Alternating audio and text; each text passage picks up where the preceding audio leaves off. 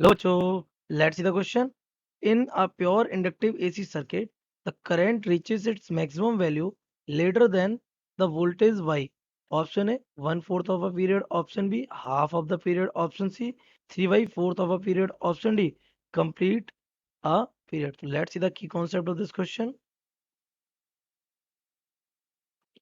The key concept of this question is कि जब एक साइकिल AC साइकिल जब ये चलती है ऐसे एक कंप्लीट साइकिल हमारी होती है ये जिसमें अगर मैं फेज की बात करूं तो यहाँ पर फेज होता है 2 pi this phase is pi and this phase is 0 जिसमें अगर मैं टाइम पीरियड की बात करूं तो पूरी साइकिल लगता है टाइम इतना यहाँ लगता है T/2 और यहाँ कितना लगेगा T/4 3T/4 सिंपली है ना। तो ये आपका एक AC की साइकिल है। यहाँ पे मैं करंट की बात कर लेता हूँ करंट हो सकता है यहाँ पर और क्या हो सकता है वोल्टेज भी हो सकता है। इस एक्सिस पे क्या जाएगा टाइम और क्या जा सकता है ओमेगा टी दोनों इस एक्सिस पर हो सकते हैं। तो ये हमारा क्या है रिलेशन किस तरीके से चेक किया जाता है। तो अगर मैं आपसे बात करूं कि फेज रिलेशनशिप तो you know the phase relationship in purely inductive circuit. तो आपको क्वेश्चन में भी गिवन है कि आपका वोल्टेज क्या कर रहा है लीड कर रहा है ना। वोल्टेज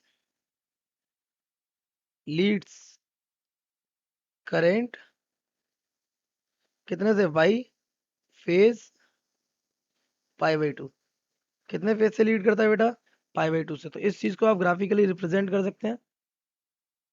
तो रिप्रेजेंट अगर आप ग्राफिकली करेंगे तो ये हमारा है एक्सेस ये टाइम। तो वोल्टेज आपका चलेगा किस तरीके से वोल्टेज आपका चलेगा नॉर्मल वे में ऐसे ये। बट अगर मैं करंट की बात करूं तो करंट बाद में कैसा होता है मैक्सिमम होता है जब एक बार वोल्टेज मैक्सिमम हो जाएगा। तो जब ये यहाँ होगा करंट कहाँ होगा यहाँ। तो ये रहेगा आपका करंट का graph. This will be what current and this will be what voltage.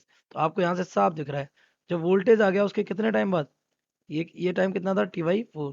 तो 1/4 साइकिल के बाद किसकी वैल्यू आती है करंट की मैक्सिमम वैल्यू आती है।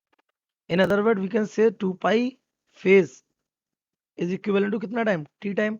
हमें कितना फेज चाहिए π/2 तो π/2 फेज कितना टाइम के इक्वल हो जाएगा it will be equal to the T/4 time. तो कितने का टाइम इंटरवल लगेगा T/4 का। तो ओवरऑल अगर हम देखेंगे हमारा ऑप्शन हो जाएगा 1/4 of a period. So correct option